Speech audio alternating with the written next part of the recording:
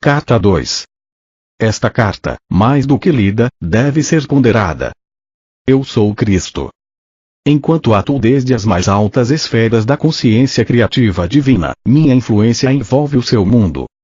Usando uma metáfora, estou tão distante em consciência do seu mundo quanto o Sol está da Terra. Entretanto, se você me chamar com sinceridade, estarei tão perto quanto for necessário para ajudá-lo. Haverá muitos que não poderão receber estas cartas. Estes ainda não estão prontos para elas. Haverá aqueles que tentarão abafar a sua existência, uma vez que os ensinamentos que contém serão uma ameaça para o seu sustento ou religião. Eles não terão êxito. A oposição apenas reforçará estas cartas. Haverá aqueles que receberão estas cartas com alegria, uma vez que suas almas sabem que mais além das religiões do mundo se encontra a verdade, a realidade da existência. Estes prosperarão e finalmente salvarão o mundo da autodestruição. Agora continuarei minha autobiografia do ponto onde parei em minha última carta. Meu propósito, ao dar a você alguns detalhes biográficos de minha entrada na vida pública como mestre e curador, é evidenciar as atitudes e comportamentos da minha juventude, assim como as circunstâncias em que alcancei o meu próprio estado de humanidade espiritualizada. É importante que você possa visualizar como era a Palestina na época em que estive na Terra e perceber claramente os conflitos internos que meus ensinamentos despertaram nas pessoas doutrinadas na crença judaica e nos ritos tradicionais. Estes conflitos são ponto central que incapacitou os evangelistas de registrar, com precisão, tudo aquilo que tentei ensinar. Nos evangelhos são frequentes as referências às minhas parábolas que descrevem a realidade do reino dos céus ou reino de Deus, seja qual for o termo que os evangelistas tenham utilizado.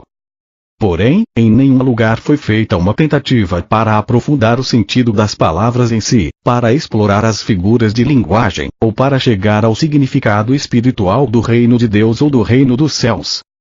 À medida que eu falar sobre os verdadeiros sermões que dei às pessoas, à luz das minhas experiências no deserto e do seu próprio conhecimento dos fatos científicos, você será capaz de entender pelo menos um pouco daquilo que tentei ensinar naquele tempo. Uma vez que meu sucesso foi muito limitado, é imperativo que outra tentativa seja feita no começo desta nova era, deste milênio, pois é com base no meu elevado conhecimento espiritual, privilegiado e iluminado, que será fundada e se desenvolverá a próxima era. Foi, e ainda é, essencial que um mestre como eu e como outros que existiram, muito sensíveis e totalmente comprometidos mental e emocionalmente com a busca da verdade da existência, venham à Terra cunhar palavras para descrever para a humanidade, aprisionada em palavras, aquilo que reside na dimensão criativa universal em um estado não definido. Se não fosse por tais mestres inspirados, as pessoas na Terra permaneceriam na ignorância a respeito de tudo que há além da Terra, pronto para ser contatado e pessoalmente experimentado e absorvido, para promover a futura evolução espiritual. E ainda mais, se diz que a Bíblia é o livro mais amplamente lido no mundo. Na sua forma presente ela serviu aos seus propósitos. O Novo Testamento, da forma como está, com toda a carga de interpretações errôneas, é um impedimento para a evolução espiritual. Agora é tempo de avançar para uma nova esfera de percepção e compreensão mística. Uma vez que me é impossível descer novamente a um corpo humano para falar ao mundo, além de ter outras dimensões nas quais ensino, treinei uma alma sensível para receber e transcrever. É o melhor que posso fazer para falar pessoalmente com você. Espero que você possa receber e aceitar isso. Tudo aquilo que for errôneo será apagado. Esteja certo disso. Os incidentes e as curas relatados nas páginas que seguem não são importantes.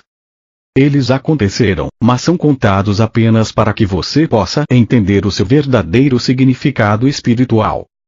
À medida que for lendo, quero que você relacione as condições de 2000 anos atrás com a sua vida e tempo presentes.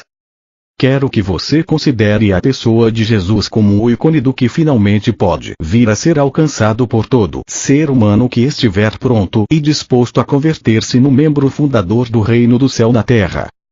Ainda que as pessoas do seu mundo sejam o que você chama de sofisticadas e cheias de importância, com seus modernos conhecimentos e ensinamentos, versados nos costumes contemporâneos e nas novas formas de se relacionarem uns com os outros, as pessoas daquele tempo eram basicamente iguais a você. Elas eram controladas e motivadas inteiramente pelos seus impulsos gêmeos de ligação, rejeição, desejos, repulsões, assim como você.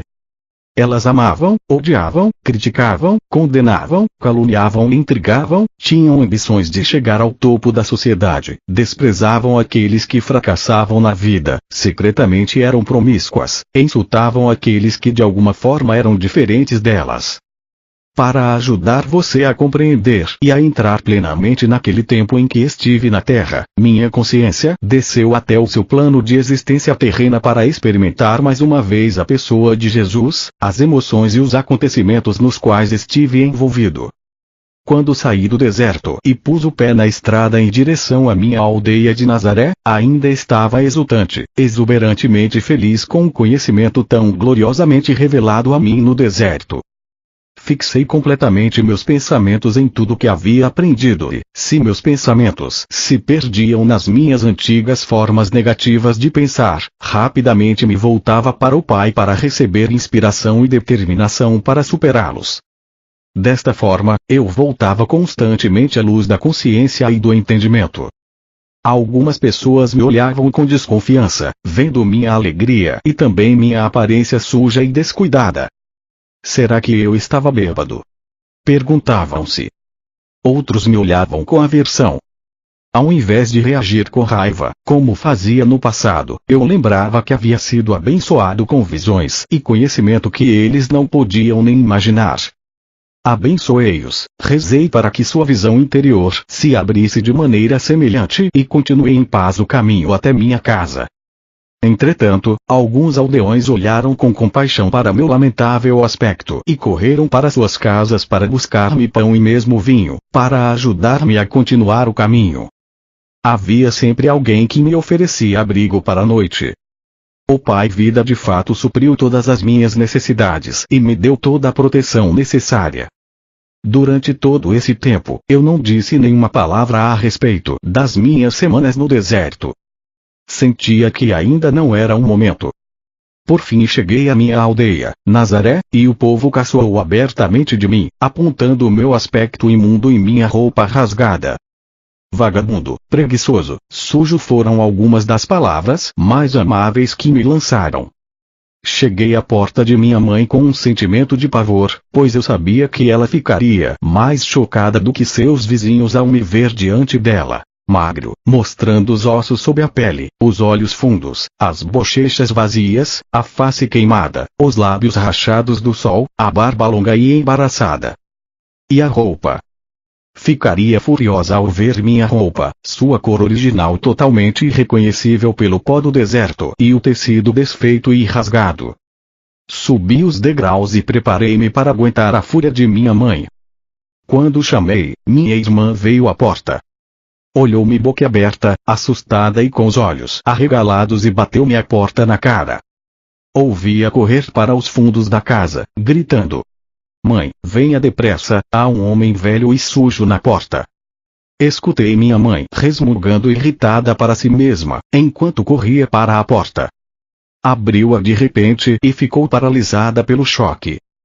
Eu sorri por um momento, ela olhou-me de cima a baixo cada vez mais horrorizada ao dar-se conta de que este homem de terrível aspecto era de fato seu filho rebelde, Jesus.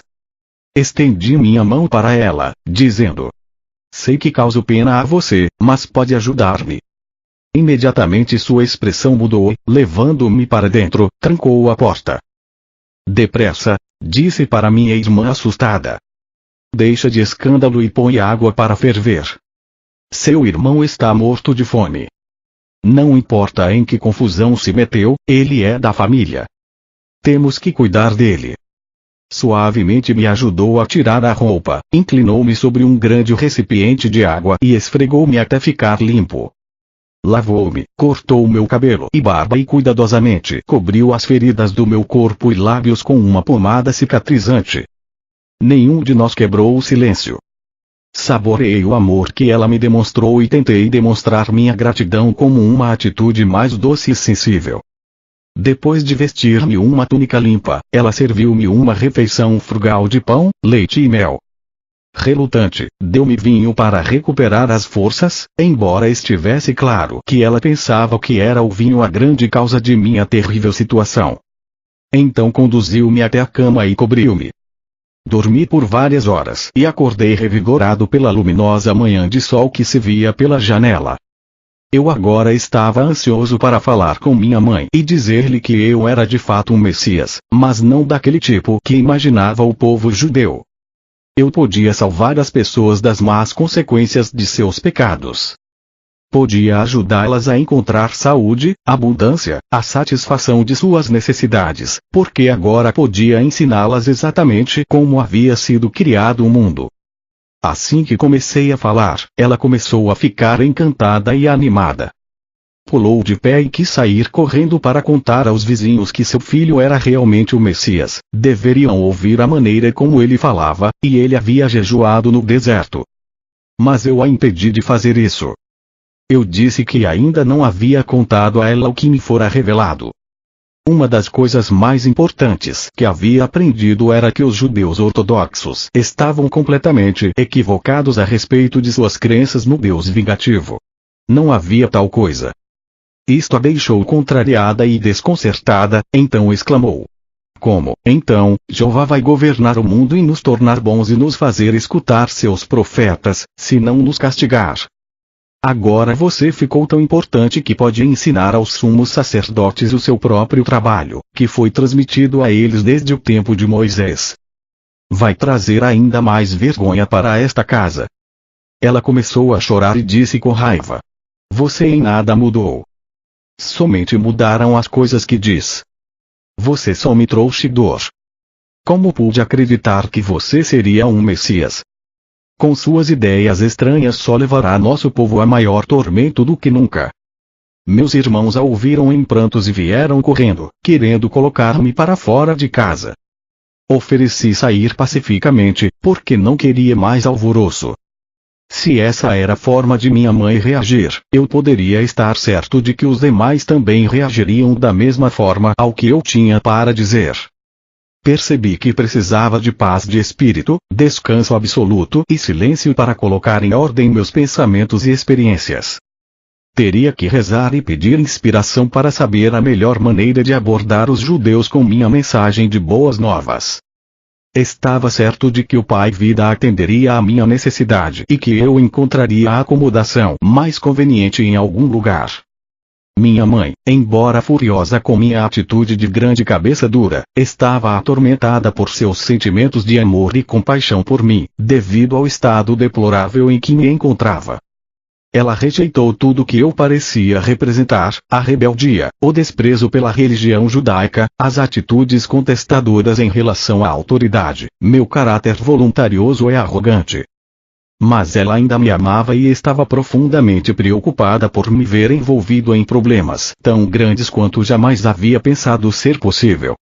Ela chamou a atenção de meus irmãos, dizendo que calassem a barulhenta discussão e virou-se para mim. Pode ficar aqui até que esteja melhor, disse ela. Talvez enquanto estiver por aqui, eu possa trazer bom senso para você. Posso dizer que se sair às ruas falando da forma como o fez comigo, terminará em uma situação ainda pior do que agora. Pessoas boas vão cuspir e jogar seu lixo podre sobre você. Você é uma desgraça para esta família. Apesar de toda a sua raiva, ri e agradeci, beijando-a calorosamente. Fiquei contente, sabendo muito bem que, por trás de toda essa raiva, ela estava profundamente preocupada comigo. Alimentou-me bem e confeccionou-me boas roupas novas. Agradeci por tudo o que ela fez para melhorar minha aparência, porque sabia que para mover-me livremente entre os ricos e pobres deveria estar com roupas decentes e adequadas. Às vezes havia escassez de alimentos em casa. Recorrendo ao poder do Pai, eu a reabastecia sem dizer nada. Ela também não disse nada. Eu sabia que ela se perguntava, com tristeza, se além de todos os meus péssimos hábitos eu agora também era ladrão. Então me pegou com um pão recém-saído do forno nas mãos. Ela sabia que eu não havia saído de casa para comprá-lo e também que o forno não havia sido usado naquele dia. Não me disse nada, mas me olhou de forma reflexiva. Eu pude ver então as suas atitudes mudarem. Ela já não estava mais tão certa de si. Ela começava a questionar a sua própria atitude em relação a mim e também a verdade acerca das minhas afirmações. O que realmente aconteceu com ele no deserto?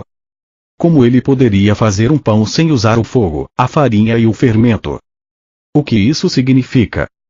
É ele o Messias. Então meu irmão feriu sua mão. Ele sentiu muita dor quando o ferimento infeccionou. Permitiu-me colocar minhas mãos em sua ferida e fazer uma oração em silêncio.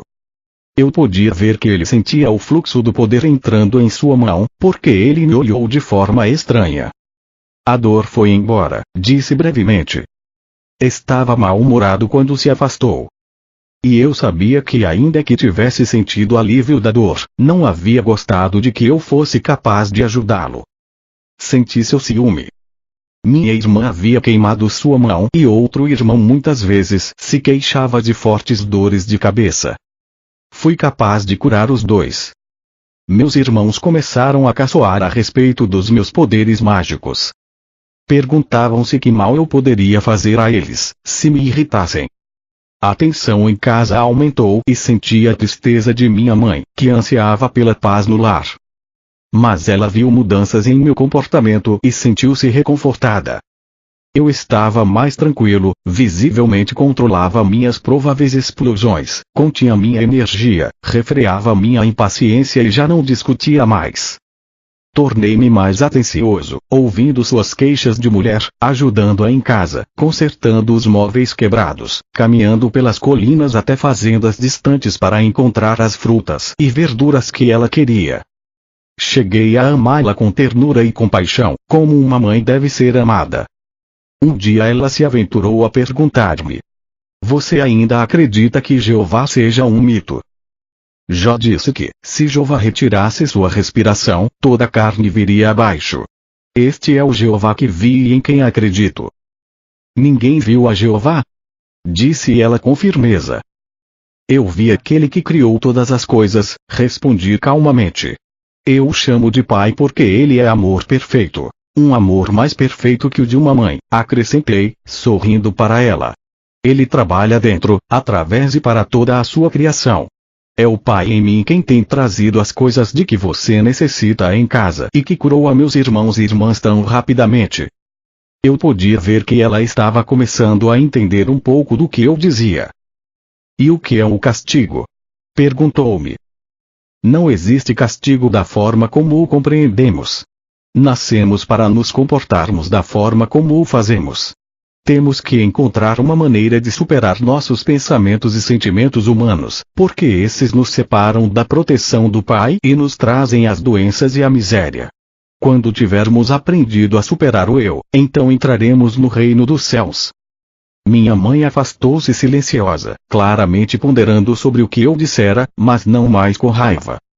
Eu sabia que ela estava meditando sobre minhas afirmações e percebi que eu estava colocando de cabeça para baixo seu seguro e bem conhecido mundo. Ela se sentia perdida e insegura sem a sua crença num Jeová ameaçador e terrivelmente vingativo, se a humanidade fosse indisciplinada.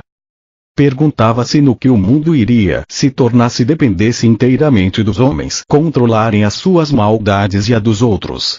Mesmo os reis e governantes eram malvados em suas ações. Sem Jeová para reinar e castigar os pecadores, onde iríamos parar?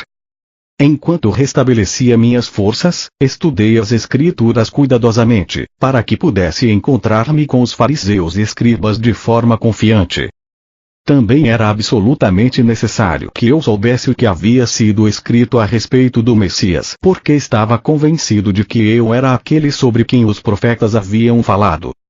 Eu poderia verdadeiramente resgatar, salvar, as pessoas da doença, miséria e pobreza, restaurar-lhes a saúde e a prosperidade, ensinando a verdade a respeito do reino dos céus e a realidade do Pai. Quando me senti suficientemente preparado para sair a ensinar e curar, para agradar a minha mãe, concordei em ir no sábado na sinagoga de Nazaré e falar para a congregação. Como era o costume, levantei-me e foi entregue o livro de Isaías para ler. Escolhi a passagem que profetizava a vinda do Messias que viria libertar o povo judeu de todo tipo de escravidão. O Espírito do Senhor está sobre mim, porque o Senhor me ungiu para pregar as boas novas aos pobres. Ele me enviou para anunciar a libertação aos encarcerados e a recuperação da vista aos cegos, para libertar os oprimidos, para proclamar o ano da graça do Senhor. Então sentei-me dizendo: hoje, vocês veem esta profecia cumprir-se em mim. Isto produziu choque e espanto no rosto dos homens, que me olhavam atônitos, mas eu continuei falando, sabendo que o Pai me diria o que falar. As palavras vieram sem hesitação. Falei de minha experiência no deserto e relatei a visão do bebê crescendo até a idade adulta, sendo envolvido inconscientemente em correntes e ataduras mentais e assim ficando cego e aprisionado na escuridão interior, fechando-se para Deus.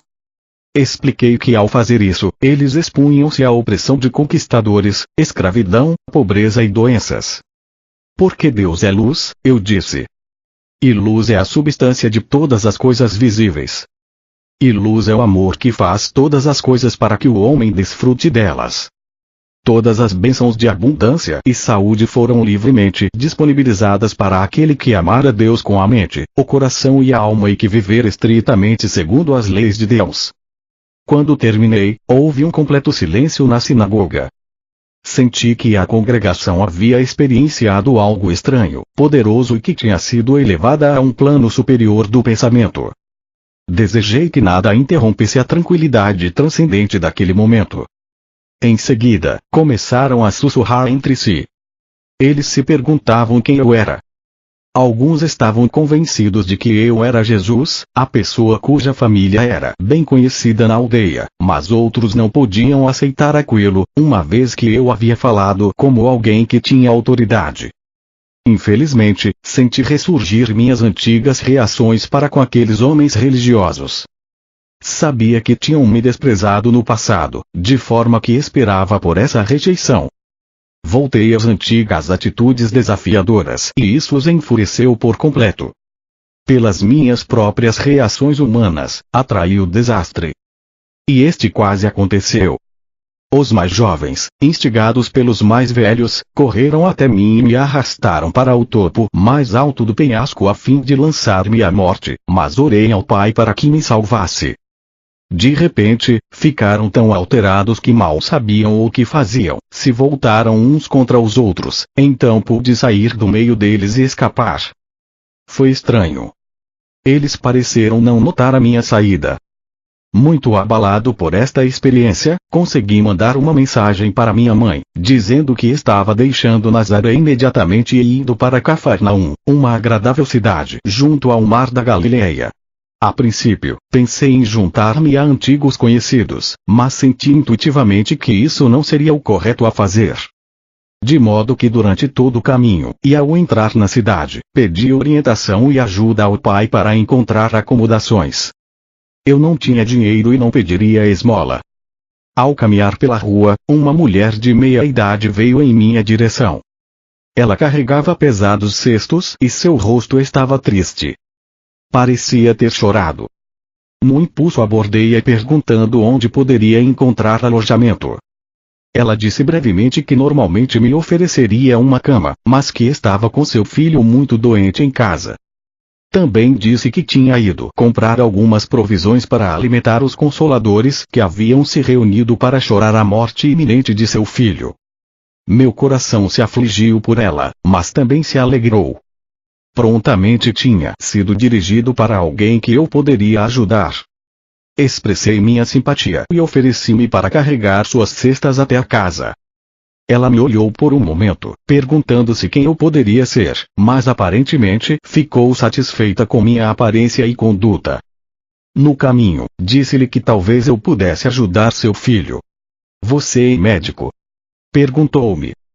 Respondi que não havia recebido formação médica, mas que poderia ajudá-lo. Ao chegar em sua casa, de pedra, grande e bem construída, o que indicava boa situação social e prosperidade, levou-me até seu marido dizendo: "Este homem diz que pode ajudar nosso filho." Melancólico, o homem inclinou a cabeça e não disse nada. A mulher, que se chamava Miriam, afastou-me dizendo que ele estava aflito e muito zangado. "O rapaz é nosso único filho entre muitas filhas e ele culpa Deus pela doença do garoto." Miriam começou a chorar.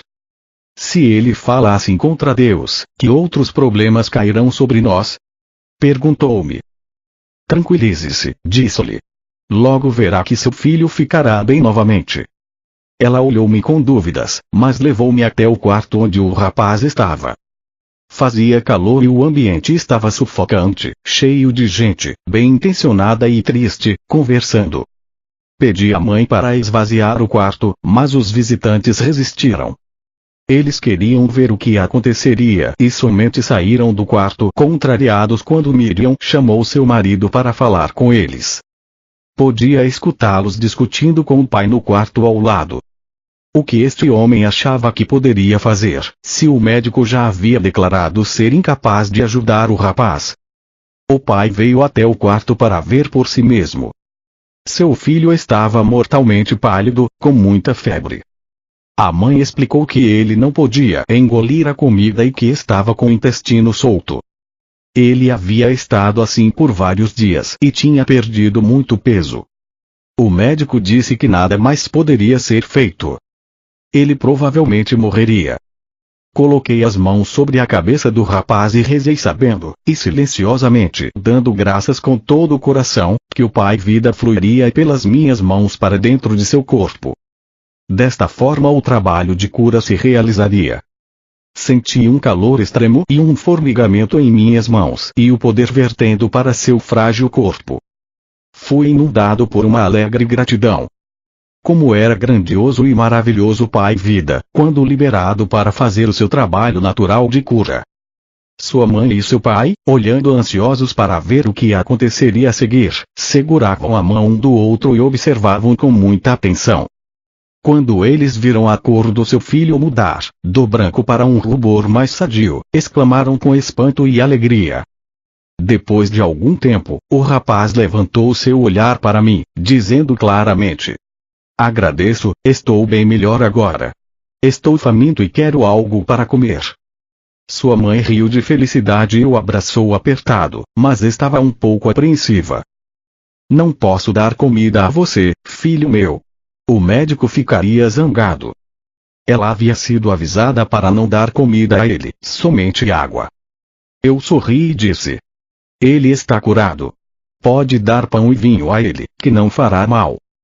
Seu pai, Zedequias, estava maravilhado de alegria e gratidão. Depois de abraçar o seu amado filho, voltou-se para mim e apertou minhas mãos calorosamente. Ficou dando tapinhas em meus ombros enquanto balançava sua cabeça, incapaz de falar devido às lágrimas que escorriam por sua face. Quando ele finalmente se recompôs, entrou no salão e falou às pessoas que lá estavam. Meu filho, quase morto, recuperou a plenitude da vida novamente.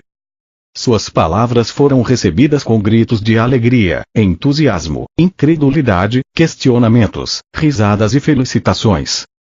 A mãe do rapaz ficou parada, com um sorriso estampado na face. Depois disso, não foi mais necessário buscar por acomodações.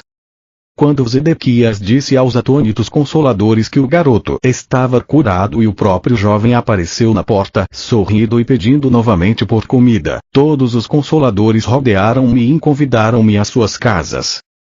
No entanto, preferi ficar com o pai do garoto, que agora dizia estar cheio de perguntas a fazer-me. Ele esperava que eu pudesse respondê-las.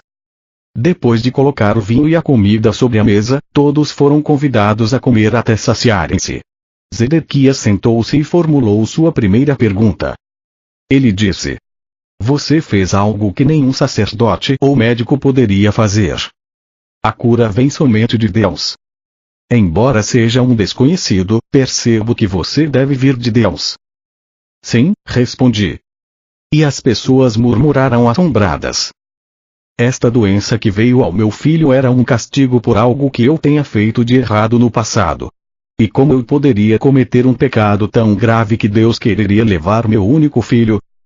Muitas das pessoas que escutaram estas palavras acenaram com a cabeça. Você fez a pergunta que mais quero responder, Zedequias. Deus nos dá a vida e a existência do ser. Ele não iria arrancá-la de nós como um homem arrancar um tesouro de outro só porque está zangado com ele. Esta é a maneira como a humanidade se comporta, não Deus. E Deus não está sentado em um trono em algum lugar do céu, como fazem os reis humanos que se sentam em seus tronos e governam o seu povo. Esta é a maneira humana de proceder, uma crença humana, não a verdade. A maneira de proceder de Deus vai muito além do que a mente humana pode conceber ou sonhar.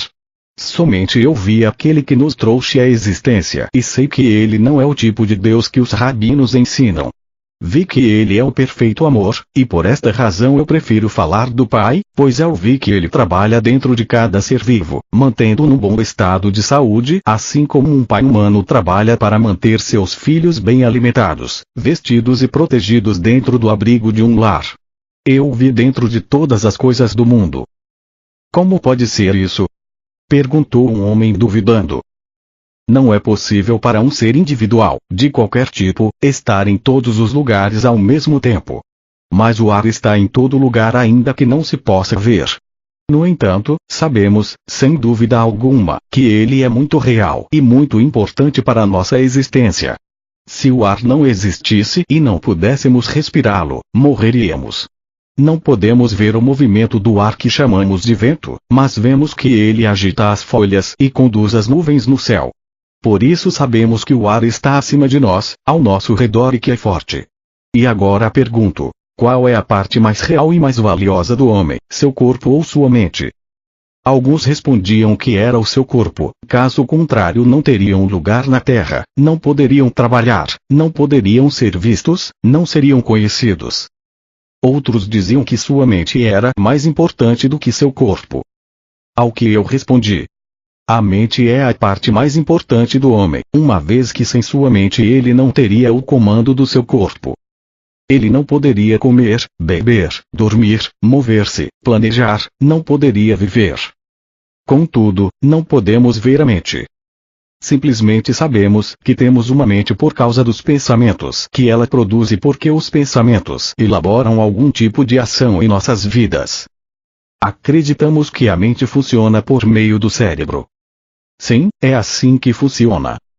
Senão como poderia o cérebro, que nasceu da carne, produzir pensamentos, sentimentos, ideias e planos? Agora deve estar ficando claro para vocês que é assim que o Pai está presente em todas as coisas. Ele é a mente que dirige a mente humana, fazendo seu grande trabalho dentro de cada ser vivo. Sabemos que é assim, porque vemos as maravilhas da sua obra. Vemos o crescimento das crianças, vemos o alimento que comem ser milagrosamente convertido em outra substância que os nutre e os faz crescer. Como isso acontece não sabemos, nem sequer podemos imaginar. Mesmo que soubêssemos, ainda assim continuaríamos sem saber o que acionou tão importante processo de vida dentro dos corpos vivos de cada espécie. Vejam de que forma tão maravilhosa os corpos de cada espécie são formados e criados propositalmente, de forma expressa para transformar o tipo de alimento que se come em energia para nutrir ossos, sangue e carne. Agora que nos mostrou todas estas coisas, podemos ver que elas são realmente maravilhosas. Exclamou um jovem. Elas são. Vemos os jovens corpos passando por suas várias etapas de desenvolvimento e vemos suas mentes acompanhando seu desenvolvimento físico até que começam a desejar encontrar um cônjuge para se tornarem pais. Logo, o grande trabalho da concepção é realizado e o crescimento da semente dentro do útero continua até que a criança chegue a seu desenvolvimento pleno. Pensem. Quem determina este constante crescimento tão ordenado dentro da mulher? De onde vêm os planos que regem o correto desenvolvimento da cabeça, do corpo e dos membros, os quais são invariáveis de uma mulher para outra e de uma espécie para outra? Quem decide o momento exato em que um nascimento terá início, o meio físico pelo qual a criança deve ser trazida à luz, a provisão do leite para a criança? Pensem. É a mãe. Não, não é a mãe. Ela é apenas a testemunha de tudo o que ocorre dentro dela desde o momento em que seu marido tenha estado com ela e plantado a sua semente para se juntar à dela. Deus faz todas estas coisas de longe. Estes pensamentos chegam a cada homem e mulher para decidir quando estas coisas devem acontecer.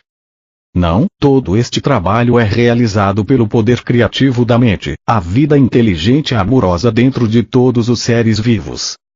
Vemos o amor dos pais por seus filhos, sejam eles pássaros, animais ou homens. De onde vem este amor? Ele provém do poder criativo da mente, o perfeito amor, do Pai que está em nós. É por causa do trabalho que o Pai faz com as plantas, árvores, pássaros, animais e com o próprio homem que hoje estamos aqui, vivos, respirando, comendo, dormindo, tendo filhos, envelhecendo e então morrendo para passar para um lugar mais feliz. Tudo isso é a obra do Pai que está ativa dentro de nós. Como podem negar a verdade de tudo o que disse a vocês nesta noite? Hoje, viram um jovem agonizante que foi trazido de volta à plenitude da vida em pouco tempo. Fui eu quem o curou. Não. Por mim mesmo não posso fazer nada.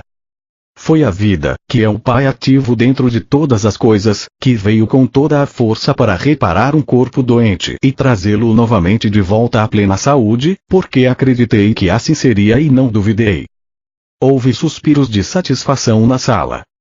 Nova luz, novo interesse, inclusive podia ver-se uma nova doçura em seus rostos. Por que então o homem sofre tão dolorosamente? Perguntou Miriam. Porque quando o homem é concebido, quando a vida toma forma dentro da semente, ela se reveste da condição humana que o separa de qualquer outro indivíduo no mundo. Para fazê-lo único, uma figura isolada, não lhe dá nenhum outro, solitário, privado, sua própria pessoa, ele torna-se sujeito a, é controlado por dois impulsos poderosamente fortes em sua natureza terrena, o de ligar-se a todas as coisas que deseja muito e o de rejeitar e afastar tudo aquilo que não quer.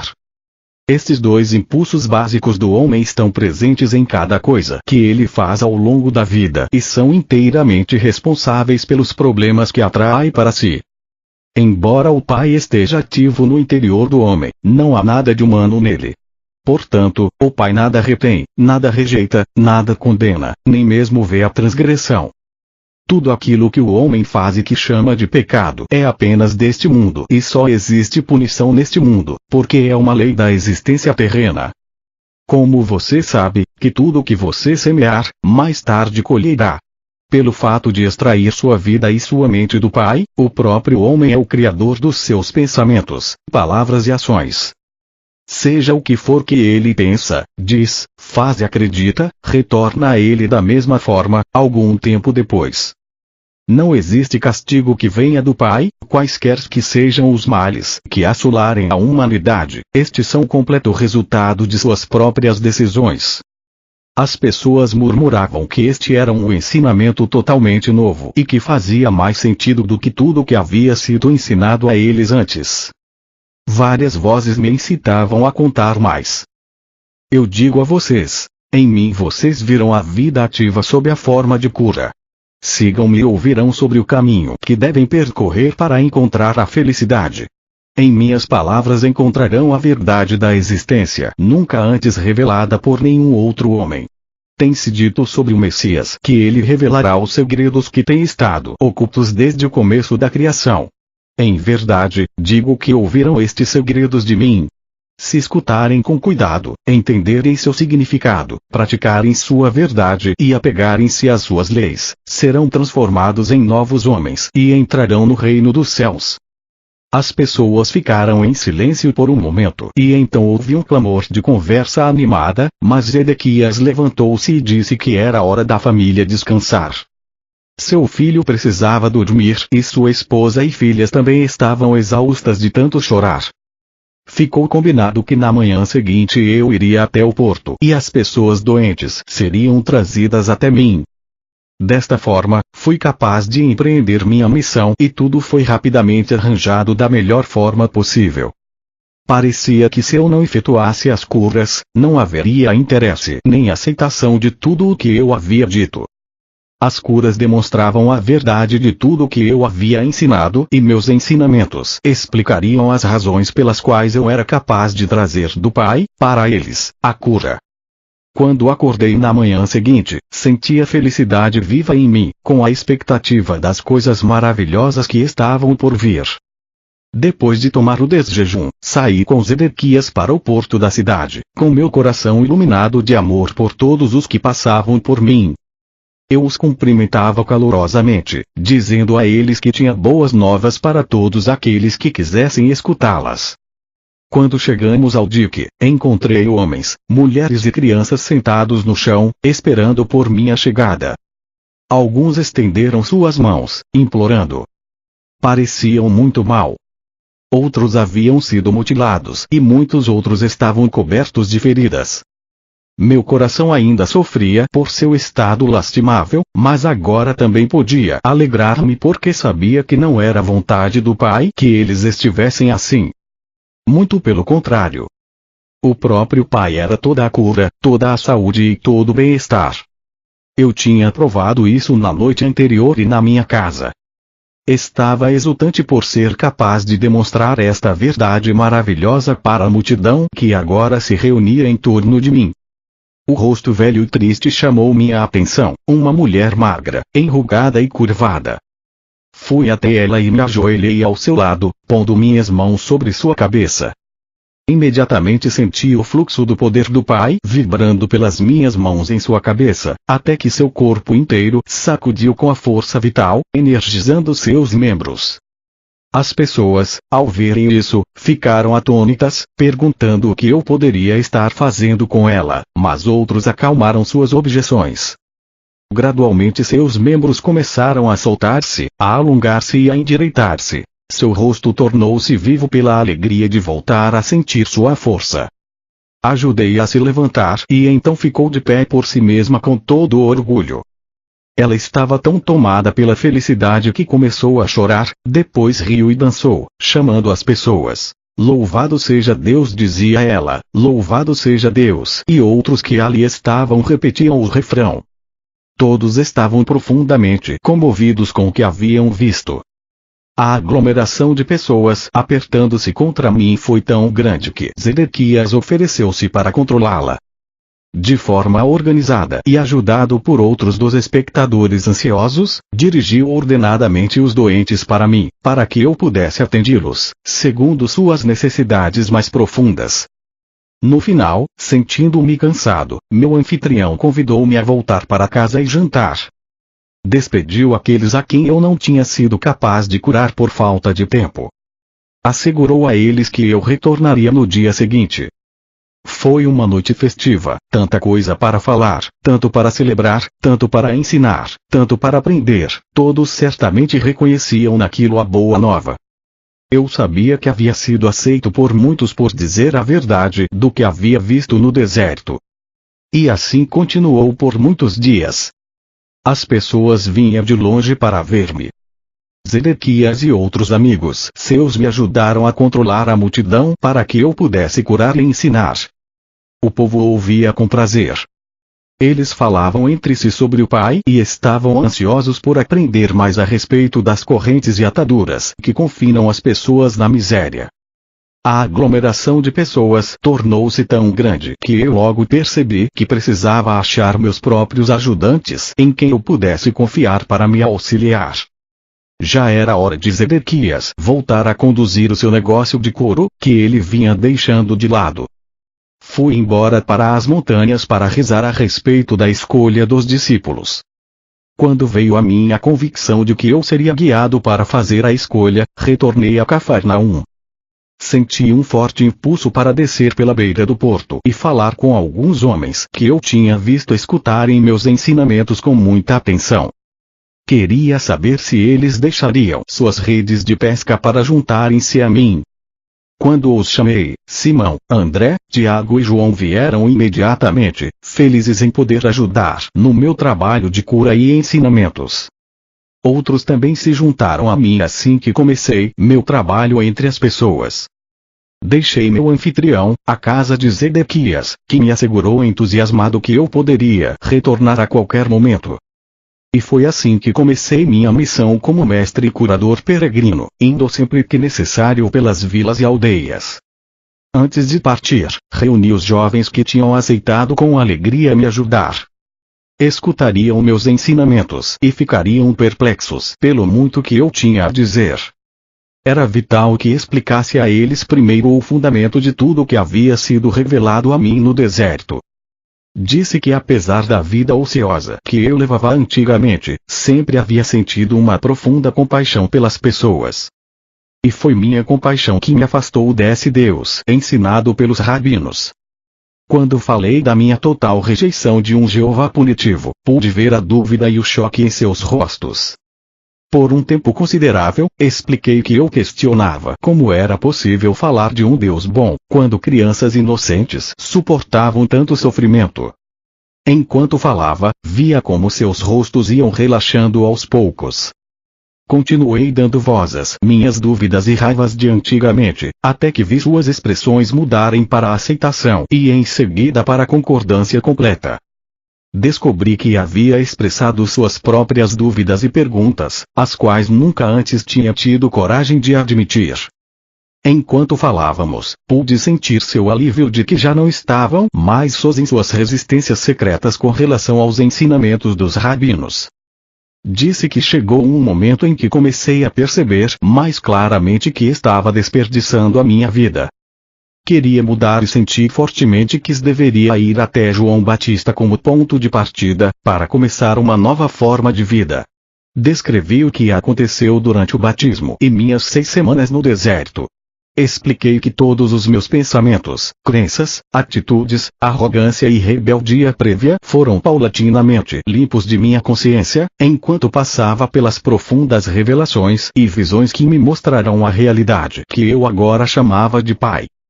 Expliquei a natureza do Pai e que esta natureza divina era constituída também da vontade divina. Disse que era o próprio homem que em seu íntimo se afastava do Pai, por seu pensamento errôneo e comportamento equivocado e que somente o homem, primeiro pelo arrependimento e logo depois pela limpeza mental e emocional, poderia encontrar seu próprio caminho de volta ao pleno contato com o Pai. Quando isso se cumprisse, a plena natureza do Pai seria liberada dentro da mente, coração, corpo, alma, no ambiente e nas experiências da pessoa. Quando isso se produzisse, tal pessoa entraria no reino dos céus governado pelo Pai e o reino dos céus se estabeleceria ele mesmo na consciência da pessoa. Ela atingiria então o propósito de sua existência. Enquanto conversava com meus discípulos, via suas reações refletidas em seus rostos. Toda dúvida havia desaparecido, havia agora um resplandecer de luz de compreensão e alegria.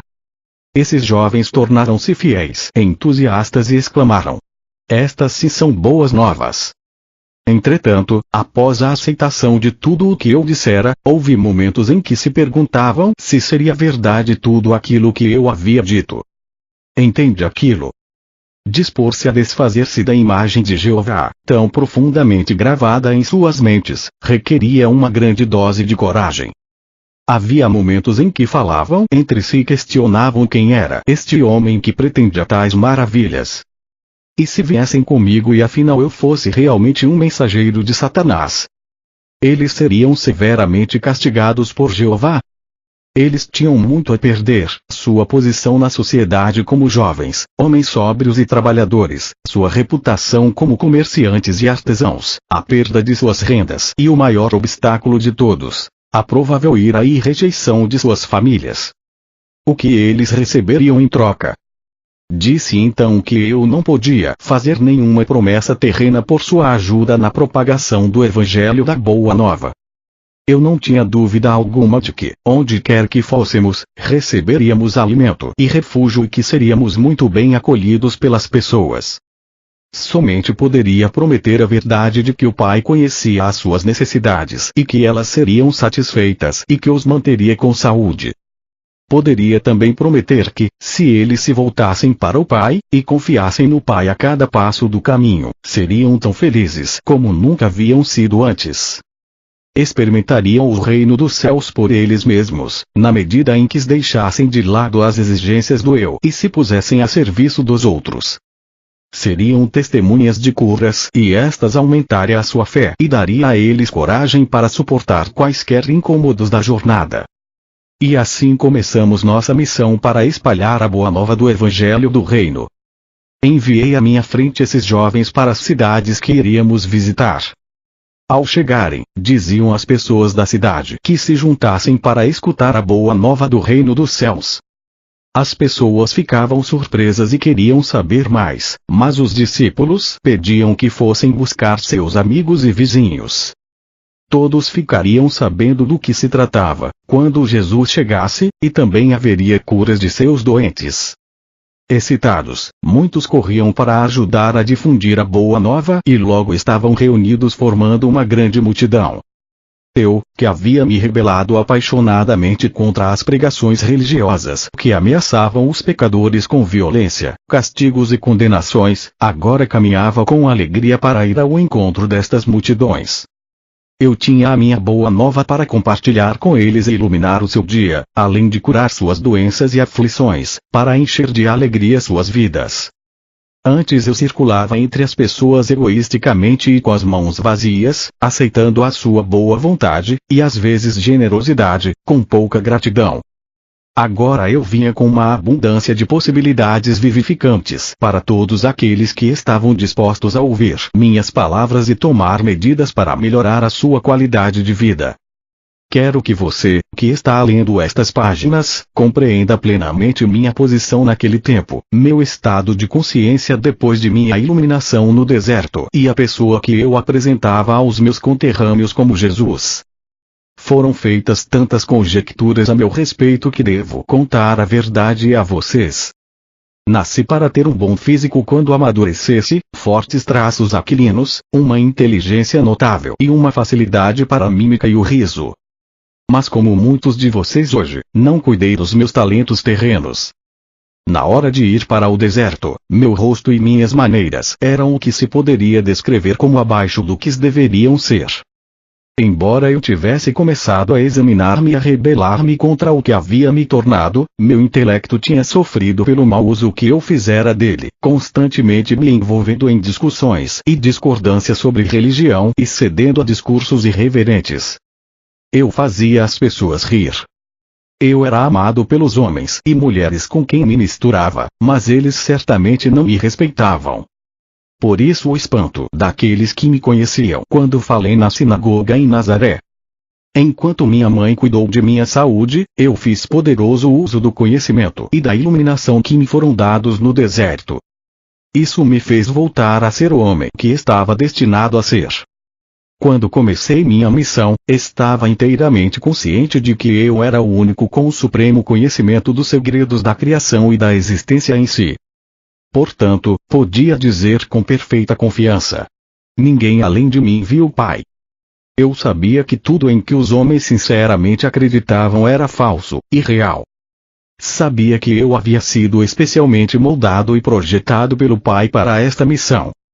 Eu havia sido abençoado abundantemente com a energia física, a vitalidade para falar e a capacidade de conceber parábolas significativas para transmitir a mensagem com sucesso e de uma forma que nunca seria esquecida. Além disso, eu compreendia os meus companheiros muito bem, devido à longa associação que tinha com eles. Conhecia suas esperanças mais profundas, seus medos mais desesperados, sabia o que os fazia rir e o que os induzia a zombar e a escarnecer dos ricos e pretensiosos. Sabia também a que ponto os velhos e jovens sofriam silenciosa e corajosamente. Experimentava profunda compaixão pela população que vivia com medo, suportando o chicote verbal dos fariseus e se inclinando diante das leis fiscais dos romanos. Sabia como seu orgulhoso espírito judeu havia sido ferido pelos gentios conquistadores, a quem foram obrigados a honrar com cumprimentos verbais, de mão e de joelho, mas a quem desprezavam por trás das portas fechadas. Conhecia e compreendia completamente a vida e o pensamento do povo. Eu já havia pensado seus pensamentos, sentido seus ressentimentos, sofrido suas ansiedades em tempos de privações e me sentido impotente nas garras do governo romano. E agora sabia que nada desse sofrimento era realmente necessário. Conhecendo, como eu conhecia, a realidade da existência, a realidade do Deus universal, eu podia claramente perceber a insensatez das autoridades judias, que impunham sobre a população uma penosa forma de vida que era completamente errônea e em total contradição com a verdade do ser. Esta situação me causava profunda irritação. Em consequência, sabia que havia sido perfeitamente moldado e afinado para tornar-me instrumento purificado da ação divina na Palestina, dirigido por minha paixão pela verdade e compaixão pelo próximo. Por isso eu me chamei Filho do Homem, porque sabia exatamente o que a humanidade enfrentava em sua vida cotidiana. Além disso, eu tinha plena confiança de que poderia alcançar meu objetivo de levar a verdade às pessoas e assim ser instrumento de mudança na qualidade de suas vidas. Por este motivo, ainda que eu soubesse desde o início de minha missão que haveria um preço a pagar por tudo o que me propus a fazer, virar de ponta cabeça e pelo avesso o mundo conhecido dos judeus, estava preparado para enfrentar e passar por isso. Não poderia escapar, porque amava as pessoas com o amor do Pai que fluía do meu coração e ser.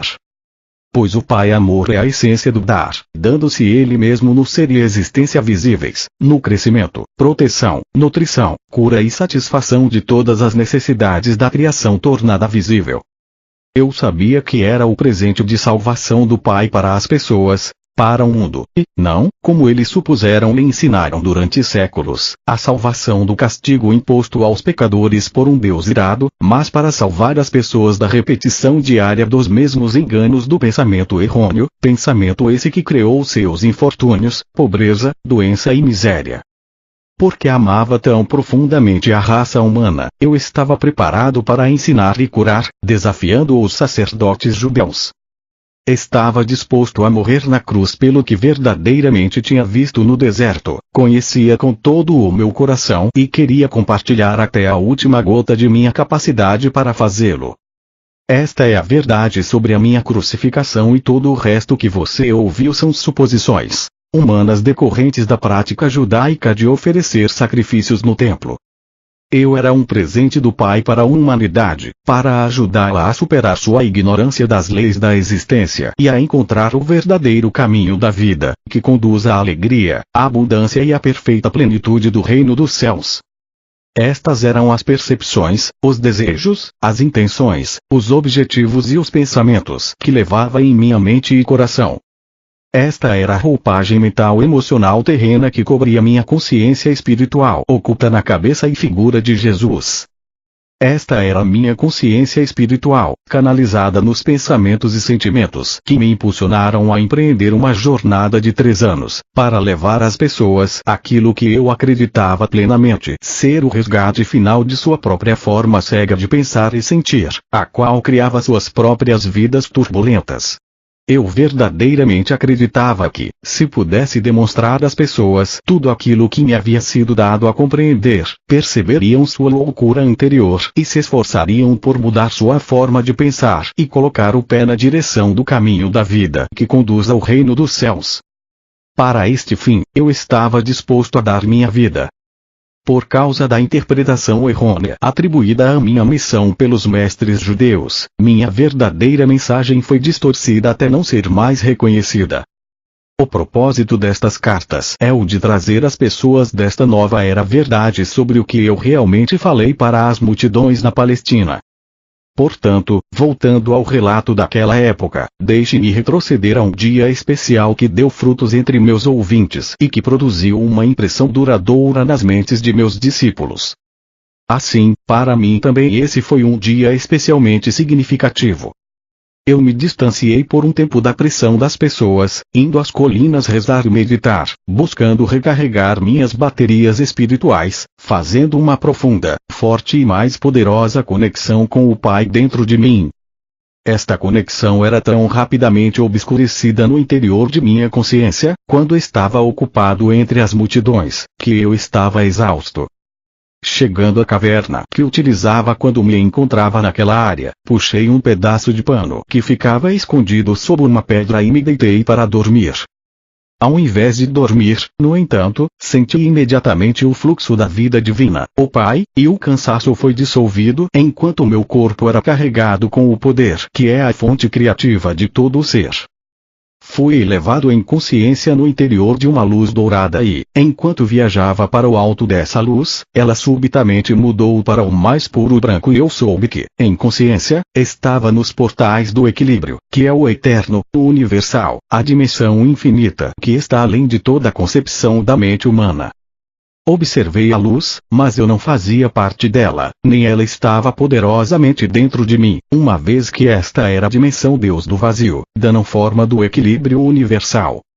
Mas ela se comunicava comigo e infundia-me com seu brilhante amor. Isso mais uma vez gravou em mim que ela era o processo criativo, aperfeiçoador, curador amor que governa toda a existência. Sabia que onde quer que houvesse necessidade, haveria satisfação, como o constante fluir das águas que enchem um lago. Onde reinava a miséria, haveria alegria porque era a natureza do universal mover-se para o interior de cada coisa viva que tem necessidades, para trazer satisfação e alegria. Eu sabia que, onde não houvesse crescimento, surgiriam as circunstâncias para promover o crescimento. Eu sabia que, onde houvesse um sentimento de fracasso, desafios seriam providenciados para estimular as pessoas ao sucesso e à autoconfiança. Eu vi que este trabalho amoroso constantemente iniciado pelo Pai na vida das pessoas sobrecarregadas pode não ser reconhecido como um presente de amor pelas pessoas que o recebem.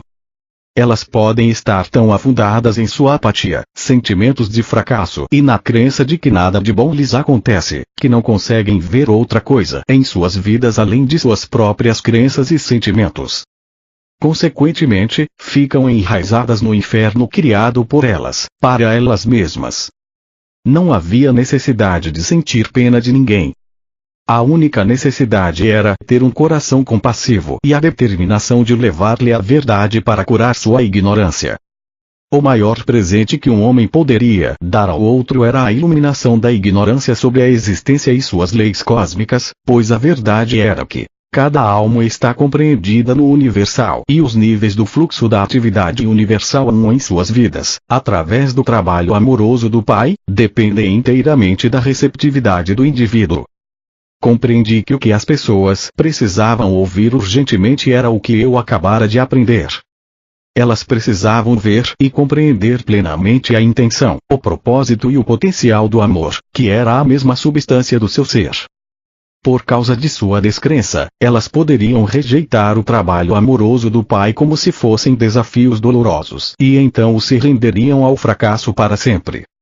Eu vi então, com mais clareza ainda, que havia sido enviado para despertar as pessoas para todas as possibilidades de autodesenvolvimento, de prosperidade e realização da alegria e da felicidade, mas dependeria delas que acordassem e aproveitassem aquilo que era oferecido.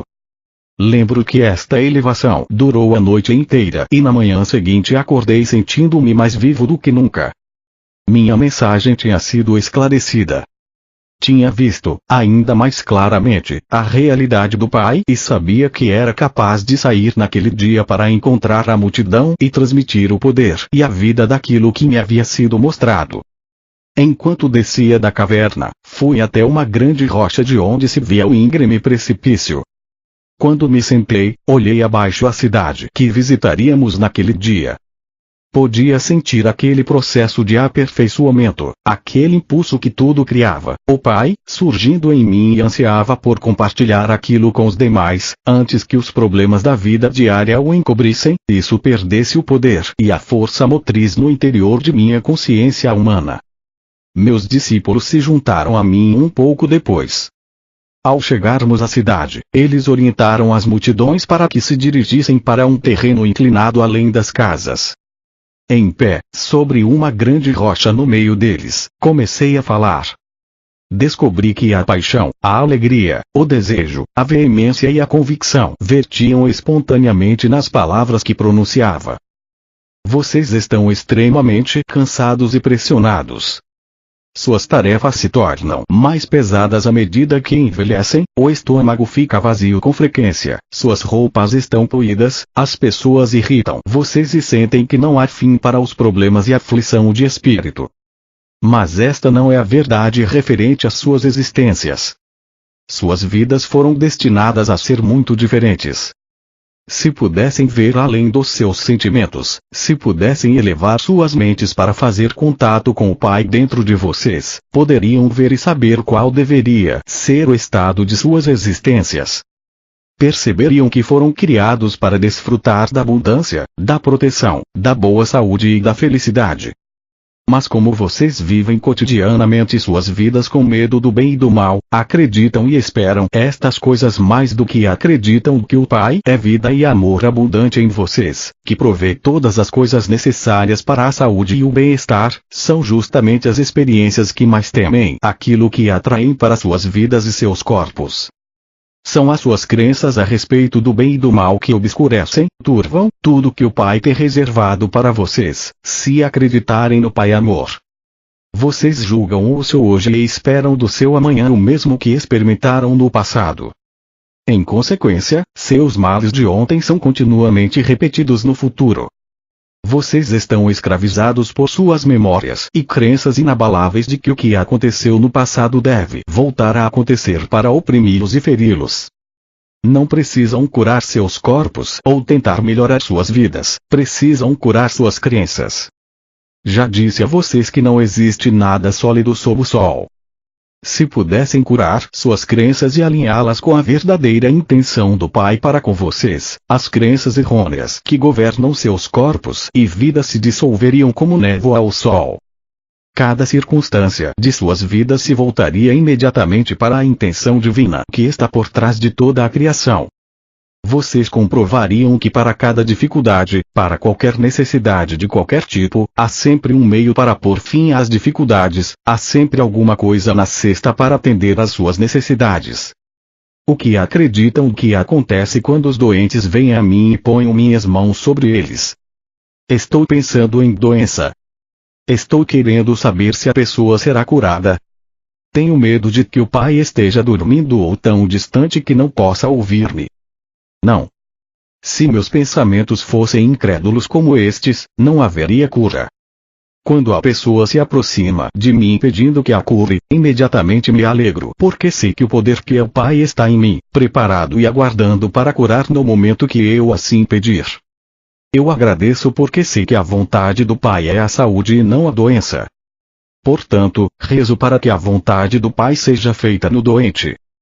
No momento em que removo crença da doença do corpo do doente, sei que a vontade do Pai de saúde está fluindo para o seu sistema, o mesmo se dá com a aparência. A aparência de doença se transforma em realidade do Pai saúde e o corpo recupera sua saúde novamente. A doença nada mais é do que uma baixa na vitalidade, uma redução da vida, na parte afetada. Restaure o Pai vida na verdadeira intenção e no plano do seu sistema e o sistema inteiro funcionará como deveria.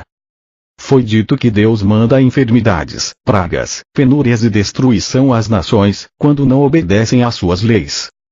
Foi dito que vocês mesmos são castigados por um Deus irado por causa dos pecados que cometeram. O que é o castigo senão a maldade sob o disfarce de bondade? Eu digo a vocês que o mal não vem de Deus. Como pode Deus estar nas duas partes, no bem e no mal? É apenas em suas mentes que vocês concebem o bem e o mal, é apenas em seus corações que pensavam e sentem desta forma. Estes pensamentos e sentimentos não têm nada a ver com o verdadeiro Deus que é o Pai dentro de vocês, que traz todo o bem se assim acreditarem. É a crença no bem e no mal que há em seus corações, que traz para vocês a doença. Na realidade vocês vivem no reino dos céus que está em vocês e são governados pelo Pai. Porém, porque acreditam nos castigos de Deus, porque acreditam que somente os sacrifícios no templo os salvarão, porque acreditam que são herdeiros da doença, da pobreza e da miséria, vocês criam com suas mentes as mesmas coisas que não desejam.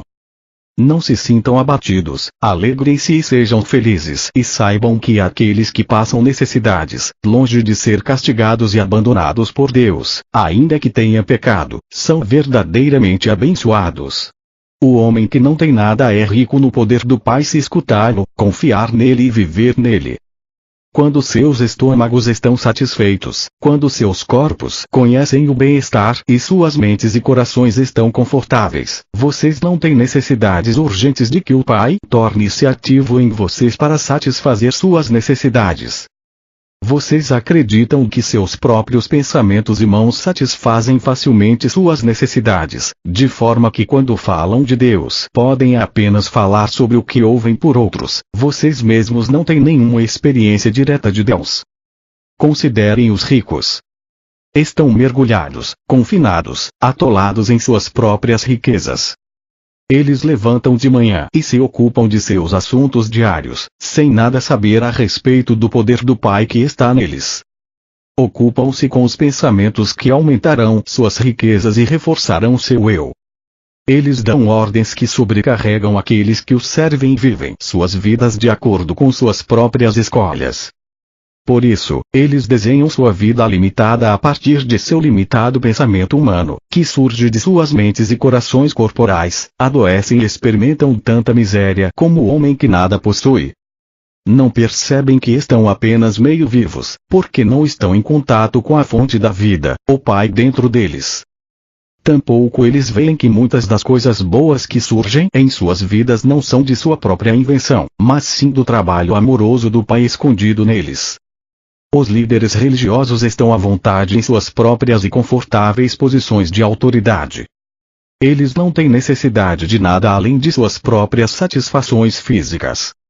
Porque não têm nenhum conhecimento pessoal de Deus, eles precisam ler em seus livros sagrados as palavras que os homens santos disseram há milhares de anos e contar às pessoas o que eles pensam que estas palavras significam. Mas tudo o que dizem é tirado de suas próprias mentes pequenas que estão aprisionadas no conforto de suas vidas, afundadas na expectativa do que irão comer e beber e qual vestimenta irão usar para impressionar as pessoas. Nada sabem sobre a inspiração que deu origem às palavras pronunciadas pelos profetas há tantos séculos. Nem mesmo sabem se estas são as palavras que realmente vocês precisam ouvir neste momento, já que os tempos são outros. Acreditem em mim, os homens ricos e os líderes religiosos são fortes nas coisas da terra e não querem desfazer tudo o que eles consideram seguro e eterno em suas tradições e práticas. Qualquer desvio estremeceria as estruturas de suas crenças e, portanto, de suas vidas. Então eles constroem defesas mentais contra o fluxo do poder do Pai. Eles também adoecem e, à sua própria maneira, conhecem a miséria como aqueles que não têm nenhum conforto terreno. Não existe diferença entre aqueles que pouco têm e aqueles que tudo têm na vida. Tanto os ricos quanto os pobres adoecem da mesma forma, fazem inimigos e se encontram sozinhos. Mas é enorme o potencial para que vocês ganhem mais do que os ricos e religiosos podem esperar ganhar em saúde, felicidade, companheirismo e realização no modo de vida que escolherem. E quando tudo estiver cumprido, vocês saberão que as oportunidades, a habilidade e a inspiração, tudo procede do Pai que está dentro de vocês. Saberão que nunca poderiam ter feito tais coisas se não tivessem pedido ao Pai que está em vocês para ajudá-los a utilizar todos os seus talentos, para colocar comida em abundância em suas despensas e roupas nos seus corpos e felicidade uma boa vida para seus filhos. Todas estas coisas o Pai fará por vocês, se assim o pedirem, se acreditarem, se souberem, e lembrarem sempre, que é a natureza do Pai criar e então prover abundantemente para toda a sua criação. Assim como vocês não iriam deliberadamente privar seus filhos das coisas que eles precisam, assim o Pai nunca os privará propositadamente de tudo aquilo que necessitam para uma vida feliz. Se vocês são pobres é porque ainda não compreenderam a natureza do Pai, nem tampouco entenderam que devem trabalhar com o Pai para cobrir suas próprias necessidades. Devem aproveitar imediatamente as oportunidades divinas que lhes são apresentadas para ajudá-los a avançar. Se eu pudesse mostrar e fazê-los ver e acreditar que, quando se lamentam, sua tristeza é conhecida do Pai. Se voltassem para o Pai e observassem o trabalho que o Pai Amor está fazendo para vocês, com o tempo sua tristeza se converteria em alegria e encontrariam um consolo além de qualquer coisa que imaginassem possível. Vocês são abençoados se estão famintos e com sede, porque o Pai conhece suas necessidades. Em breve estas necessidades seriam saciadas se parassem de se lamuriar e começassem a rezar para o Pai pedindo, acreditando que iriam receber. Como podem acreditar que para comer e estar bem vestido é preciso primeiro ir ao templo e oferecer um sacrifício queimando as próprias criaturas vivas do Pai, para que elas paguem por seus pecados? Não conseguem ver que os seres vivos que vocês queimam foram criados para desfrutar da vida, tanto quanto vocês. Eles foram criados para ser uma bênção e ser abençoados na terra, assim como vocês, pois esta é a natureza do Pai Amor que se revela em sua criação. Se lembrarem que aquilo em que realmente se acredita é aquilo que se recebe, não percebem que esta crença judaica de sacrifício de seres vivos no templo vai trazer apenas miséria. Acreditem em castigo e castigo é o que receberão. Acreditem na morte e destruição como sendo o caminho certo para chegar a Deus, e isso é o que experimentarão: matança e destruição. Se estão com fome e com sede, é porque estão se afastando do Pai que habita em vocês.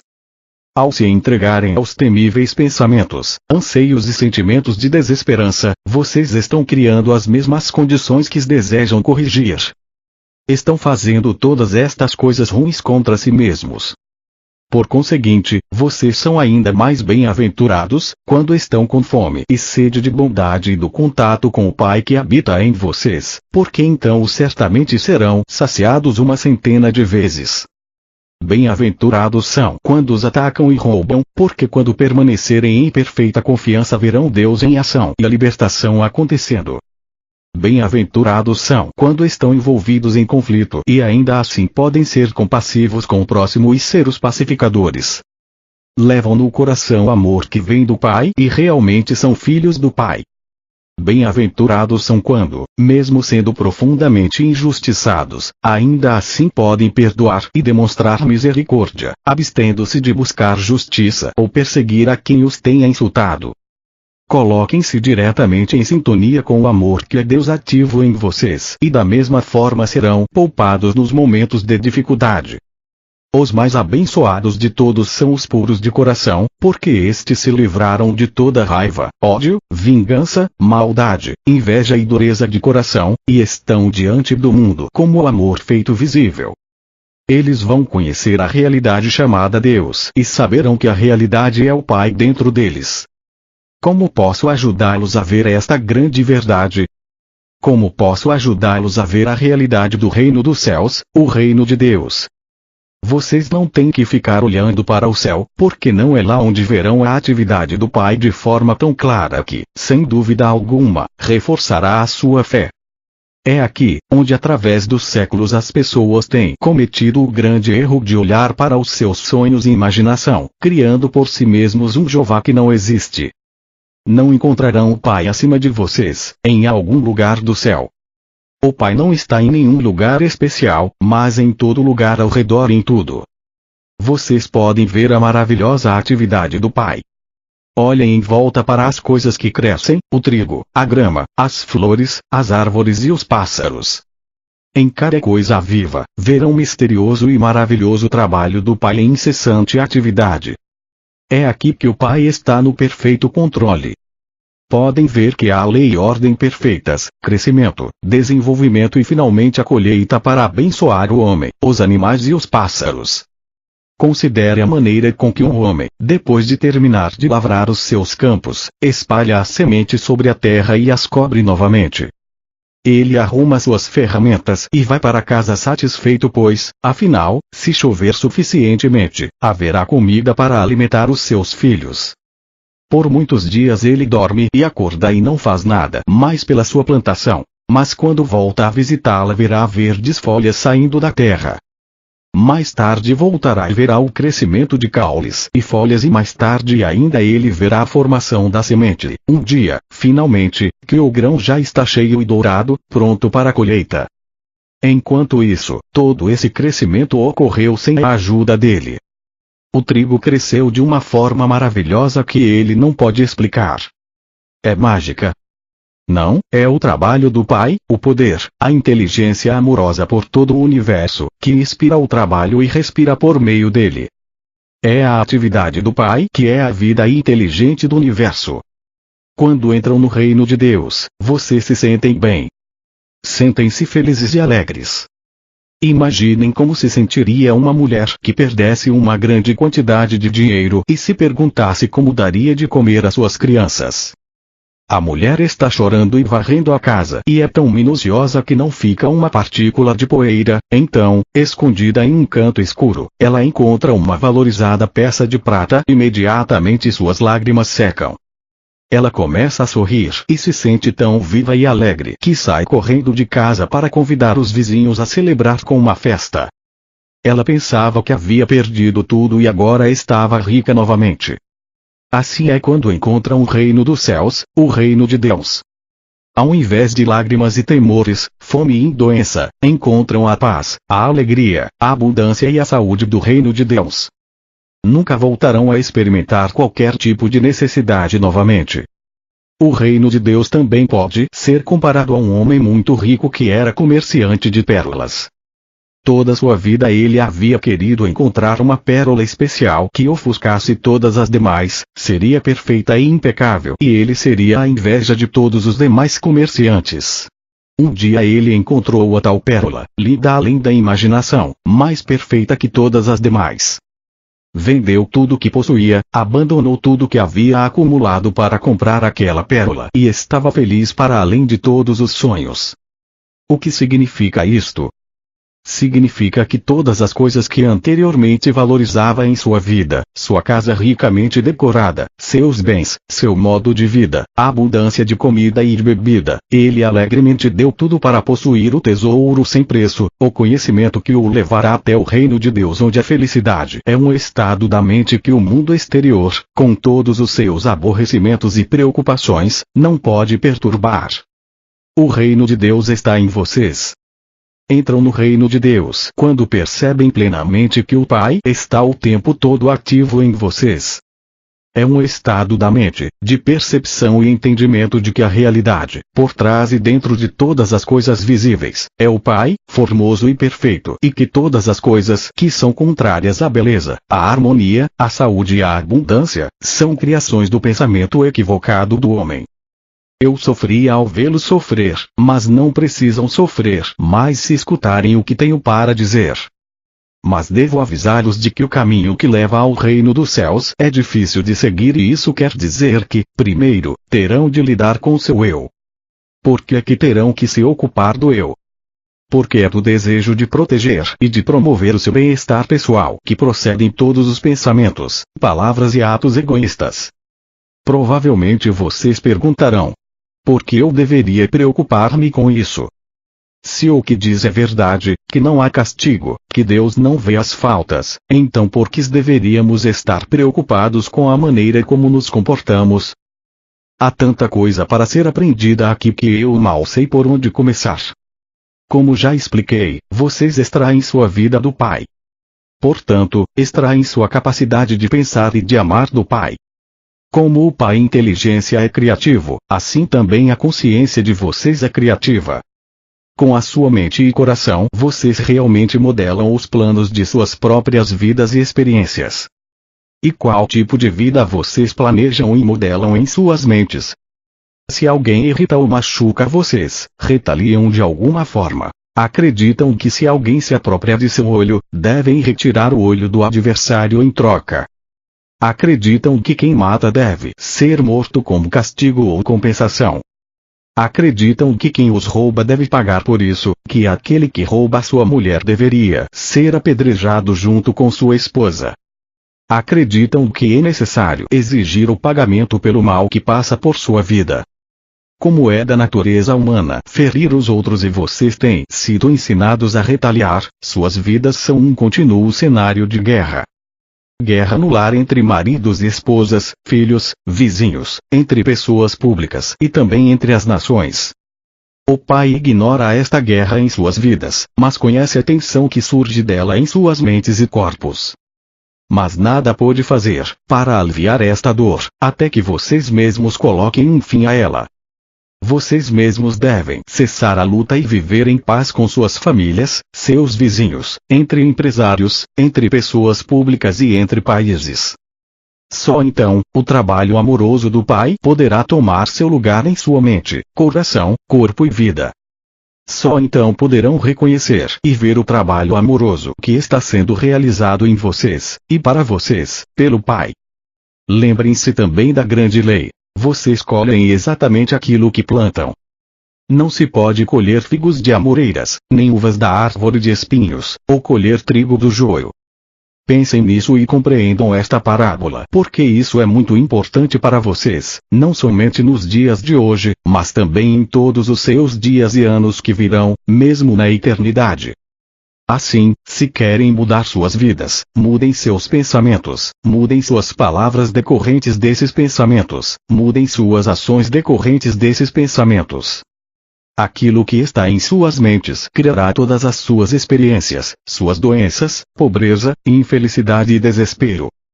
Um homem gritou para mim: diga-nos, mestre, como podemos permanecer em paz com nossos vizinhos quando eles mesmos não vivem em paz conosco? Sorri para ele e disse: quando seu vizinho chega até você e diz que ele tem que viajar a alguma distância e não quer ir sozinho e pede para você ir com ele, o que você faz? O homem riu. Se meu vizinho quisesse me levar para longe do que eu estivesse fazendo, eu não ficaria satisfeito. Eu diria a ele para encontrar outra pessoa para ir com ele porque eu estava ocupado. E como se sentiria o seu vizinho? Perguntei. O homem encolheu os ombros. Eu não sei. E na próxima vez que precisasse dele para fazer um favor a você, como ele responderia ao seu pedido? O homem já não ria mais. Ele não respondeu. Outro homem disse: ele irá chegar e dirá para você ir a outro lugar pedir ajuda. Eu disse às pessoas. Ele respondeu acertadamente. E como ele se sentirá? E apontei para o homem que primeiro havia falado, sorrindo para ele. Uma mulher gritou acima dos risos. Ele dirá a todos aqueles que encontrar, como é miserável e egoísta o vizinho que ele tem. Talvez ele vá querer machucá-lo de alguma forma. Houve gritos de concordância e eu assenti. Sim, ele vai ter esquecido que uma vez foi pedir ao seu vizinho para caminhar com ele por 1 ou 2 milhas e este se recusou. Não verá a lei da semeadura e da colheita trabalhar em sua vida. Ele a pôs em movimento quando se recusou a acompanhar seu vizinho e agora ele está colhendo o resultado de suas atitudes e ações. De que adianta ficar com raiva quando foi ele mesmo quem criou esta situação? As pessoas riam e assentiam com a cabeça e falavam uns com os outros. Nunca antes eles haviam escutado tal conhecimento do comportamento humano. Havia aqui um ensinamento completamente novo. Disse a eles: aconselho que quando seu vizinho vier pedir a vocês para caminhar um pedaço de caminho com ele ou qualquer outra coisa que o deixe mais à vontade e feliz, que primeiro pensem sobre o que gostariam que ele fizesse por vocês se também tivessem uma necessidade. Como gostariam que ele respondesse ao seu pedido?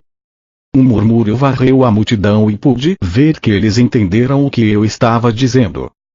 De fato, se seu vizinho pedir para que o acompanhe por 1 milha, façam isto com agrado e estejam dispostos a caminhar por 2 milhas, se necessário. Quando recusam algo às pessoas, não percebem, mas enrijecem sua mente e corpo, para se protegerem da obrigação de fazerem qualquer coisa que não querem fazer. Colocam em tensão sua mente e corpo e o Pai também é tensionado e não pode fazer seu trabalho amoroso dentro de vocês e é deste enrijecimento que surge a doença.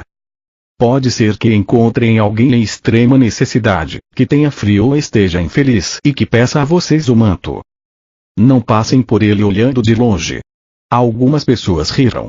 Sabiam que era isto o que fariam. Não. Entreguem a ele o seu manto, e se ele realmente estiver com frio, também a sua túnica. E sigam o seu caminho e se alegrem. Alegrarmos-nos? Perguntou uma voz descrente. Eu ri e disse. Sim, meu amigo, alegre-se. Primeiramente porque possuía uma túnica e um manto para dar e, logo, alegre-se por perceber que agora tem falta de uma túnica e manto, e o Pai dentro de vocês fará retornar em breve suas roupas de alguma forma surpreendente. No entanto, se entregar a túnica e o manto e continuar a caminhar, resmungando para si mesmo. E agora, por que fiz isso? Fui um tolo. Agora, sentirei frio no lugar dele e as pessoas rirão de mim porque dei a ele minha túnica e manto e fiquei eu mesmo sem nada, e o que dirá a minha mulher quando eu chegar em casa? As pessoas concordavam e riam, apreciando a imagem do homem que dá sua túnica e manto e em seguida lembra que coisa insensata fez a si próprio. Eu sabia que, muitas vezes, se privavam para ajudar os outros, e lamentavam sua generosidade logo depois. Esperei por um momento e então falei em voz alta para conseguir plena atenção de todos. Mas eu não disse que colhem o que plantam. Não disse claramente que seus pensamentos, palavras e ações criam sua vida futura. Então o que querem semear para colher depois de terem dado a túnica e o manto ao estranho? Querem que seus presentes voltem novamente para vocês, ou querem ficar sem a túnica e o manto durante muito, muito tempo? Porque é isso o que acontecerá se continuarem seus caminhos irritados e chateados porque doaram suas roupas. Suas palavras e ações selarão, endurecerão como uma rocha, a pobreza que trouxeram para vocês por terem doado a túnica e o manto. As pessoas já não riam nem sorriam mais, estavam muito caladas e escutando atentamente. Lembrem-se, primeiro façam aos outros o que gostariam que fizessem para vocês e então haverá paz e contentamento em sua mente e coração e o Pai poderá fazer o seu amoroso trabalho em seu corpo, mente e coração. Doem abundantemente e alegrem-se porque vocês têm presentes para doar aos necessitados e porque, enquanto estão doando, seus dons vão sendo restaurados da forma que mais necessitam. Doem com o coração contente, doem com confiança e com o conhecimento de que onde houver carência em suas vidas, assim fará o Pai o seu trabalho amoroso com abundância em vocês, e para vocês. Nada façam com um coração pesado, porque um coração pesado é o que continuarão tendo. Doem tudo com o espírito alegre, a fim de que tudo em suas vidas traga para vocês somente alegria e iluminação espiritual. Um homem comentou. Isso vai contra a natureza do homem. É natural preocupar-se com o futuro. A roupa é cara, a comida é difícil de encontrar. A vida é uma luta constante. Respondi em voz alta porque ele estava apenas dizendo que eu sabia que a maioria dos meus ouvintes estava pensando. Mas você não sabe com certeza se amanhã estará lutando para viver. Não sabe se amanhã terá um trabalho esplêndido ou qualquer outra coisa maravilhosa que possa vir para você. Não sabe isso, mas o que está tornando certo para você mesmo é que não haverá um trabalho maravilhoso ou qualquer outra excelente oportunidade em sua vida, porque você está criando as circunstâncias do seu amanhã. Ele irritou-se. Eu estou. Como estou fazendo isso? Não acabei de explicar? Virei-me para o povo rindo. Digam-me, como foi que este homem de túnica vermelha, aqui na frente, criou seus amanhãs? Houve silêncio na multidão, então um jovem rapaz, Marcos, gritou para mim. Eu sei. Ele disse que deveria lutar para comprar comida e roupa. Você tem nos dito que aquilo que pensamos e falamos, nós receberemos. Exatamente, eu disse. Você é um menino muito inteligente. Você compreendeu. Cuidem para não criar para vocês mesmos as coisas que não desejam. E eu ficarei contente que você seja meu discípulo quando for mais velho, se seus pais assim o permitirem. Algumas pessoas riram, mas outras não. Eu via que elas não acreditavam em nenhuma palavra do que eu dizia. Nunca entrarão no reino dos céus estando angustiados. Se hoje seu dia foi difícil, por que se lamentar por isso? Vocês se sentirão melhor se reclamarem a respeito. suas lágrimas farão seu dia mais feliz. E se vocês se angustiam pelo seu amanhã, estão carregando de penúrias e fadigas antes mesmo que ele chegue, por que fazê-lo então? Que bem isto fará para você? Quando é que a ansiedade realizou alguma coisa para você? Como se você pudesse se tornar um homem mais alto ficando angustiado por ser muito baixo. Não se fixem naquilo que não possuem. Permaneçam nas coisas que podem ser suas se voltarem para o Pai que está em vocês, se pedirem com perfeita fé, acreditando que receberão, e eu digo sem medo de contradição, que receberão. Mas devem pedir adequadamente, acreditando. Nada receberão se ao pedir questionarem se o pedido teria sido ouvido ou se o Pai estaria com vontade de dar aquilo que desejam. Esta é a forma humana de dar, mas não é a forma do Pai que dá abundantemente e responde às suas necessidades. O Pai sempre derrama suas bênçãos sobre vocês, a dádiva do alimento abundante, do vestuário, da habitação, dos amigos, sempre que estejam com a mente e o coração limpos e contanto que confiem continuamente no Pai como seu apoio de todos os momentos. Se rezam e não recebem, não pensem, nem por um instante sequer, que não existe Pai, ou que o Pai não os escuta. Ao invés disso devem perguntar-se o que existe em vocês que está impedindo que a obra amorosa do Pai seja feita em vocês e para vocês. Se vão ao altar para rezar ou fazer uma oferta e no caminho se lembram de ter brigado com alguém, retornem e vão até esta pessoa e façam as pazes com ela. Então, quando abordarem o Pai em oração, estarão com a mente pura e limpa e serão ouvidos pelo Pai e o Pai poderá responder dando aquilo que precisam, na paz e quietude do seu ser. Se ainda não acreditam que o Pai cuida de sua criação, olhem ao seu redor para as radiantes flores nos campos. Como são lindas! Considerem o pensamento brilhante de quem desenhou sua forma, sua beleza. Onde vocês encontrariam as cores que veem em suas pétalas?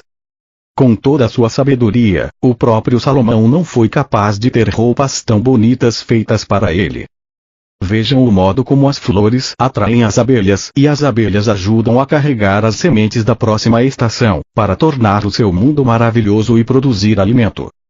Porque não podem acreditar e confiar no Pai quando o mundo ao seu redor foi planejado, desenhado e cuidado de uma forma tão maravilhosa. Mas lembrem-se, estas plantas e árvores, ao contrário da humanidade, não podem queixar-se de sua sorte, nem se sentirem famintas ou despidas e assim não anulam o trabalho que o Pai realiza nelas. São vocês, com suas contínuas queixas e palavras a respeito do que falta a vocês, sua agressão contra os demais, a sua insistência em querer retaliar, suas críticas e calúnias, que produzem em consequência a sua carência, e suas enfermidades, de forma consistente, dia após dia. Eu disse estas coisas para preparar aqueles de vocês que estão doentes, para curá-los. Não podem ficar curados a não ser que acreditem, com todo o coração, que a cura acontecerá. Lembrem-se de que a doença corporal surge da doença da mente, tal como o mau humor, o rancor, a raiva e o ódio. O Pai Amor é a fonte de toda a saúde. Consequentemente, todos os pensamentos e sentimentos contrários ao Pai Amor produzem doenças. Assim como todos os seus males e doenças começam na mente, assim também o seu bem. Cuidem do vizinho como de vocês mesmos. Abençoem seu vizinho quando surgir alguma disputa, rezem por ele quando for duro com vocês, ajudem-no de qualquer maneira que puderem e a qualquer momento, mesmo que ele vire o rosto para vocês, porque então estarão construindo o bem em suas mentes e pensamentos e boa será a colheita de suas semeaduras. E, ainda mais, vocês estarão harmonizando suas mentes e colocando-as em sintonia com o Pai que está em vocês, que é o amor perfeito. Nestas condições o Pai pode fazer o seu perfeito trabalho amoroso em vocês. Quando terminei de falar, as pessoas traziam os seus enfermos para mim e de acordo com a sua fé eles foram curados. A carta 3 descreve mais em detalhes os ensinamentos de Cristo e explica os eventos que levaram à sua crucificação e morte. Ele descreve em termos comoventes sua última ceia com os discípulos, quando se viu sozinho em espírito, porque os seus discípulos recusaram-se a acreditar, até o último momento, que ele seria crucificado. Repetidamente ele foi mal interpretado, e percebeu mais uma vez que pouco havia conseguido ensinar a qualquer pessoa durante seus 3 anos de trabalho missionário. Ele estava feliz por ir embora.